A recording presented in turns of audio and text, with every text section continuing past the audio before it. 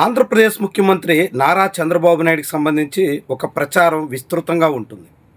ఆయన కార్యాధ్యక్షుడని, విజనరీ అని, ముందు చూపున్న నేతని, భవిష్యత్ తరాల ప్రయోజనాల కోసమే ఆయన ఆలోచిస్తూ ఉంటారని ఇలాంటి ప్రచారం చాలా జోరుగా సాగుతుంది. చాలామంది నమ్ముతుంటారు కూడా.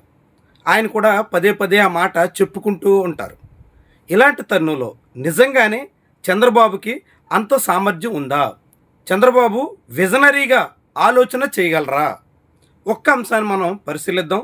అందుకు తగ్గట్టుగా ఈ వీడియో క్లిప్లో స్వయంగా సీఎం చెప్పిన మాటలు వినండి. నేను చాలాసార్లు ఆలోచించాను. ఒకప్పుడు కుటుంబ నియంత్రణ కోసం నేను పనిచేశాను. ఈరోజు మళ్ళీ పిల్లలి సంపద, పిల్లల కోసం మనం అందరం కూడా కృషి చేయాల్సిన అవసరం వచ్చిందని మీ అందరికీ తెలియజేస్తున్నా. అందుకని నేను ఇంకొక నిర్ణయం కూడా చేసుకొని నెలలో వస్తున్నా మీ దగ్గరికి.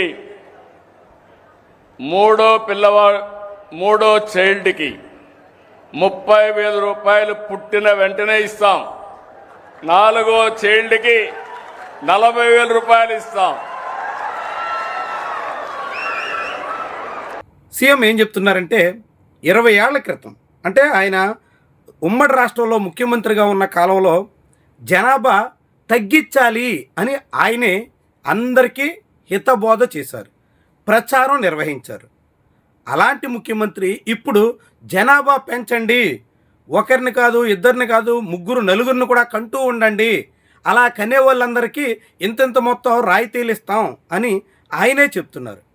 అంటే 20 ఏళ్ల క్రితం ఇంత జనాభా తగ్గిపోతుందని, జనాభా సమస్య రాబోతుందని, జనాభా నియంత్రణ సమస్య అవుతుందని చంద్రబాబు కూడా ఊహించలేకపోయారు.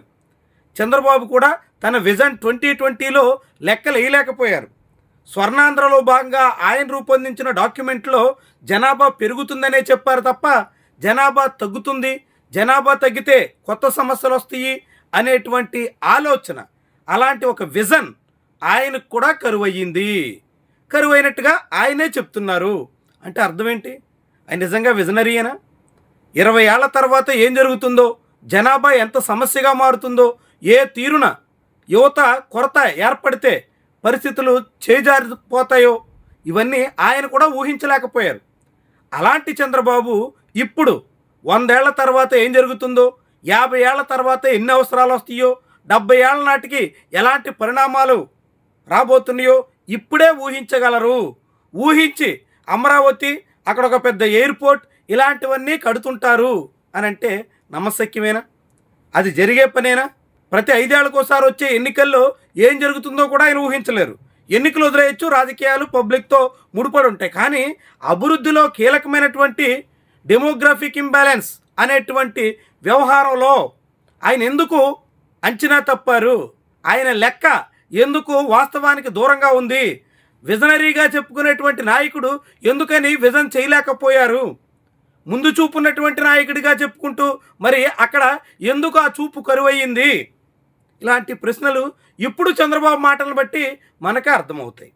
అంటే ఆనాడు జనాభా తగ్గించమని అనేక మందికి అవార్డులు ఇచ్చి అనేక రకాలుగా ప్రోత్సాహకాలు ఇచ్చినటువంటి చంద్రబాబే ఇప్పుడు జనాభా పెంచమని ప్రోత్సాహకాలు ఇచ్చి, జనాభా పెంచకపోతే, ముగ్గురు బిడ్డలు కనీసంగా కనకపోతే ఏకంగా ట్యూబెక్టమీ, వ్యాసెక్టమీ ఆపరేషన్లు కూడా చేయకుండా దాట వేస్తున్నటువంటి ధోరణి ఏం చెబుతుంది?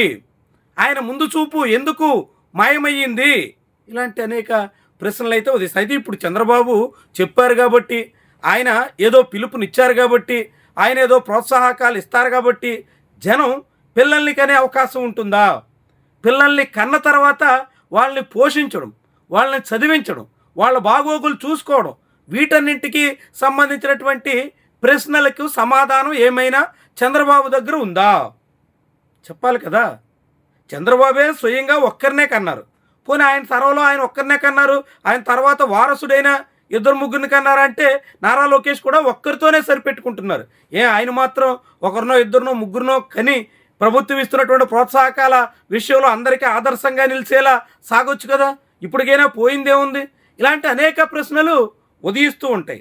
అయినా కానీ చంద్రబాబు మాత్రం జనానికి చెప్పడానికే నీతులున్నాయి అన్నట్టుగా పిల్లల్ని కనండి కనండి కనండి అని ప్రతి మీటింగ్లో చెప్తున్నారు.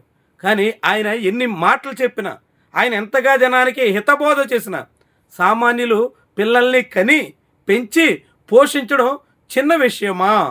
అది సాధ్యమయ్యే పనేనా? ఇప్పుడు అసలే సంక్షోభం ముంచుకొస్తుందని, అన్ని రకాలుగాను పొదుపు పాటించాలని ప్రభుత్వమే చెప్తున్నటువంటి తరుణంలో సామాన్యుడు గట్టెక్కేది ఎలా? పెరుగుతున్న ధరలతో సాధారణ జీవితాలు నెట్టుకు రావడం ఎలా? రోజువారీ నిత్యావసర సరుకుల ధరలు అమాంతంగా పెరిగిపోవడంతో ఇప్పటికే ఉన్నటువంటి కుటుంబాలు సాగడం ఎలా?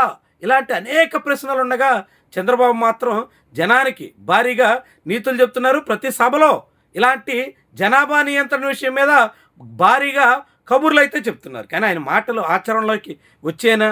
రావడం అంటే సాధ్యమేనా? విజనరీ ఎందుకు తప్పారు?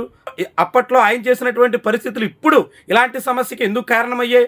చంద్రబాబు స్వయంగా సాగించినటువంటి వ్యవహారం కారణంగా ఆంధ్రప్రదేశ్ ఎందుకు నష్టపోతుంది?